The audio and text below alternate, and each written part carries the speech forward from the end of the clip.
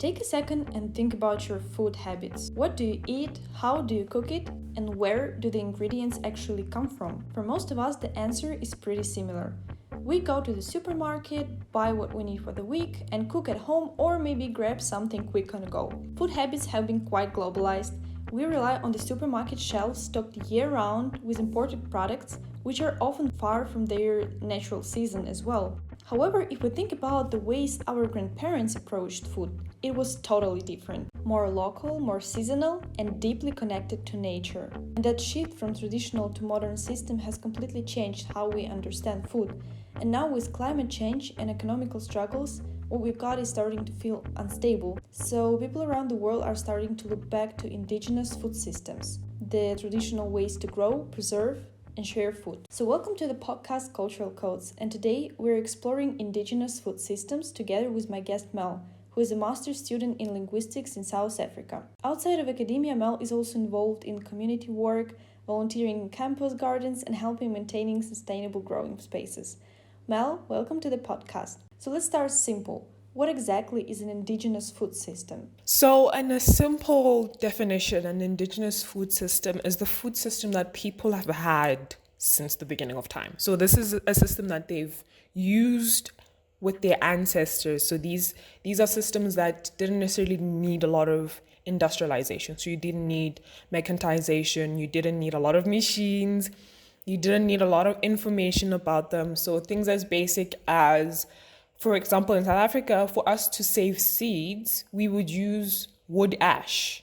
So we'd put ash inside of a container and then we put the seeds. So these are the systems that we used. Or, for example, being able to understand weather patterns, right? So I think a lot of people generally understood weather patterns before we had meteorology and things like that. So understanding weather patterns and saying, okay, this season is calling for us to plant a particular type of crop, or something as basic as understanding the different types of seeds you have, the different types of plants your country has. So there are certain plants that are indigenous. By indigenous, I mean they are basically from that country, right? So they're basic plants and animals that are from that country. For example, in South Africa, we have protea.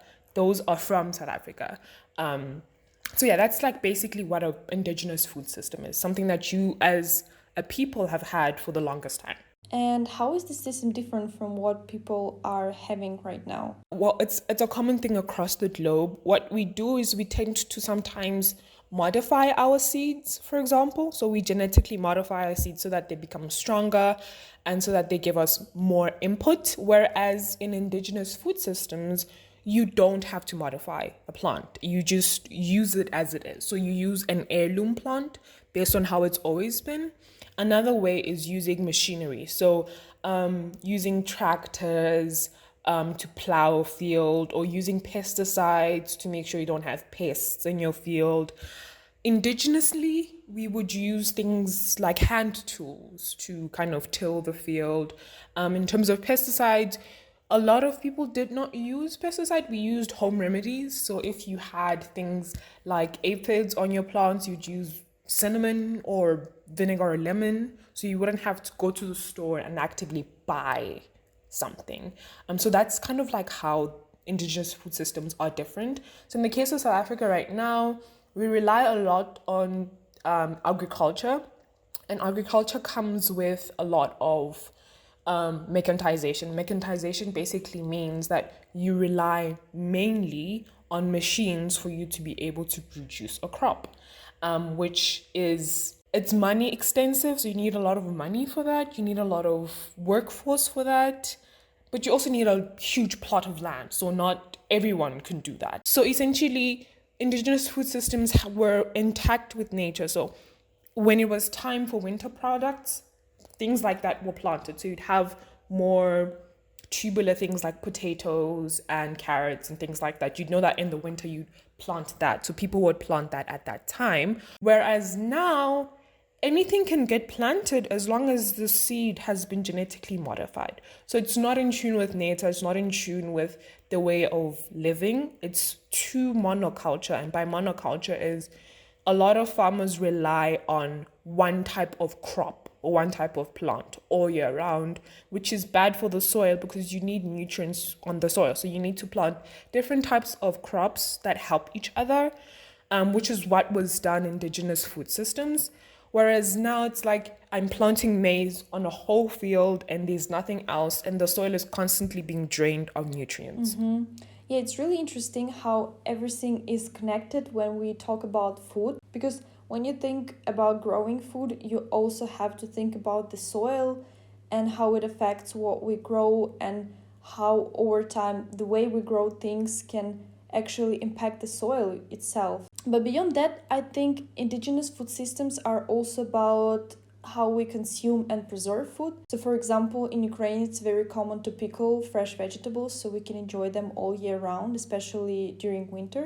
And since we have hot summers and often quite cold winters, preserving food wasn't just a tradition, it was a necessity for survival. So, I'm curious, is there something similar in South Africa? How is food traditionally preserved or consumed in your culture? Yeah. So another thing to note is South Africa has multiple ethnicities and cultures. So I'm coming from a particular point of view, and I grew up in the province of Limpopo, which is the northeastern part of South Africa. So it's closer to Zimbabwe if you look at the map. And so the weather there is more dry and hot. And so in those cases, a lot of people, and growing up actually, people would dry a lot of things. So you'd, for example, let's say if you had cooked a sweet potato, you dry it and then you'd kind of store it for the longer weeks. But also we would do the same for things like beans, spinach, or a type of spinach called morogo, where you'd cook it, season it, you dry it, and then when you need it later on, you just put water. It's kind of like freeze drying in a sense, but more indigenous, so you didn't need the machinery. So we dry it outside for a particular amount of time, and then you cook it whenever you need it. So you can add a tomato, things like that. So there's a lot of drying involved in that, and we'd have like these tiny storehouses where we'd put seeds, we'd put dried vegetables and things like that on the side. So, to kind of bring it all together, why are indigenous food systems so important today? And why do you think there's a growing need to return to them? So, the number one importance with indigenous food systems is how you become self-sufficient. Growing up hearing stories from my grandmother and how she had a father who was a farmer. He had livestock.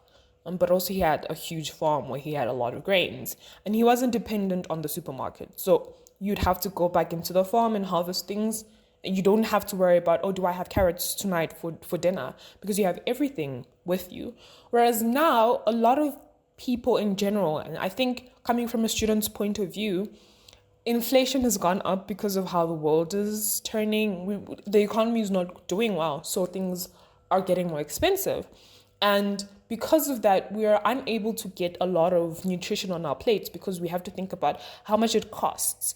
Whereas with indigenous food systems, you don't have to worry about the cost. I mean, obviously, you'd have to buy things that you can't necessarily grow, right? Like processed foods. But with indigenous food systems, you have that sort of sovereignty, like control over what you eat, but also control over your finances because you're not worried about money, you're not worried about other things. It's, you know that you have food on the plate at the end of the day. And that's what I love about that. And I think also it's a system that gives back. So when you're saving seed, you know that with one seed, you can get 1,000 more. Whereas if I rely on a supermarket, I get a carrot today, I'm not going to get another carrot tomorrow. What's gone is gone. But with the seed, it's constantly giving back to you as you're constantly growing it. And it's kind of like a reminder, because I think a lot of what's happening with the country is in agriculture, people are not focused on saving seed. So when farmers plant, they're always going to go back to buying more seedlings. And it's costly for a lot of people, and people can't afford that. But also, like, more importantly, like I've mentioned before, it's really in tune with nature. I think of the many backyard gardens that I've seen and how much they've kind of grown nature. So we are finding that like a lot of birds in South Africa are kind of becoming scarce because of how lands are being bought for farms and indigenous trees are cut down and things like that. But whereas when you have like an indigenous food system, you know that you're getting bugs that are indigenous to that area, they're coming back. You're getting birds coming back. You're getting native animals coming back to that area, and you kind of live in harmony with these things. Whereas, as compared to the traditional system right now, when you see a pest, you want to kill it. When you see an animal, you want to kill it because it's ruining your product or your produce. So it's more gentle on the environment. Yeah, that's a really interesting point, and it made me think about something. Growing your own food sounds very empowering, but at the same time, what happens if there are unexpected challenges like unpredictable weather and suddenly you don't have enough food? I think that it can bring a lot of anxiety, especially when you're relying on what you grow yourself. So, how do indigenous systems deal with those kind of risks? I mean, in general, the world is experiencing a lot of climate shocks. And I can say that for South Africa recently, we've been experiencing a lot of floods, a lot of droughts. But I think the benefit to a indigenous food system is that it kind of teaches you how to live with those climate shocks. For example, there are certain trees that you can plant that kind of help with the absorption of water and floods. And there are certain ways that our ancestors have built around their gardens that kind of absorb these shocks. So I remember hearing one of the stories from a family member how they were affected by heavy rains at some point, but because they had structured their garden in a circular form. So when you structure a garden in a circular form, it becomes like these little streams of water that are stuck on the crevices of the garden. So it kind of then uses those heavy rains to water the garden, but also it feeds into the underground water system. So in a sense, yes, we're dealing with these shocks, but having indigenous food systems or having indigenous knowledge kind of makes us think, okay, how did our ancestors deal with this? Because they did find a way. They didn't have the machines we have now.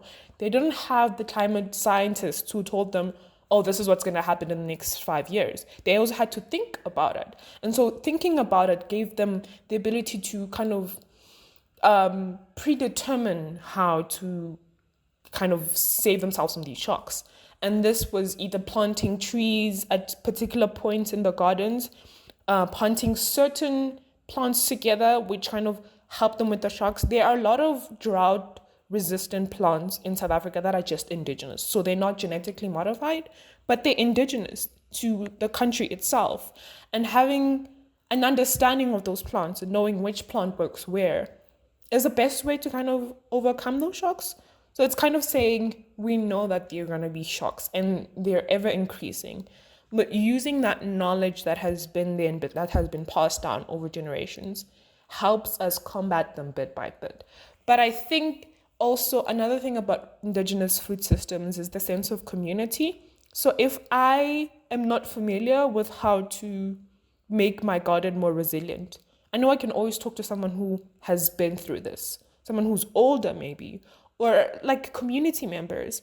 And in that, then we build a resilient region in and of itself. So it's not just me alone who's becoming resilient, but it's everyone around me. Yeah, it also feels like a really meaningful way to preserve culture and bring people together in order to build a stronger sense of community.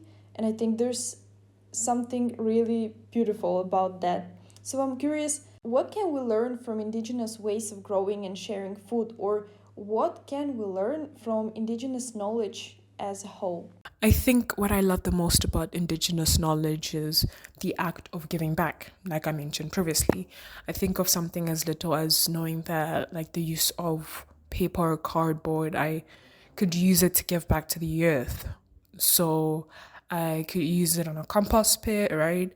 Instead of throwing it out where it's going to either go to a landfill or it's going to be somewhat recycled, but it's still going to be using chemicals. Also, the idea of being creative. So indigenous knowledge just brings a lot of creativity out of people.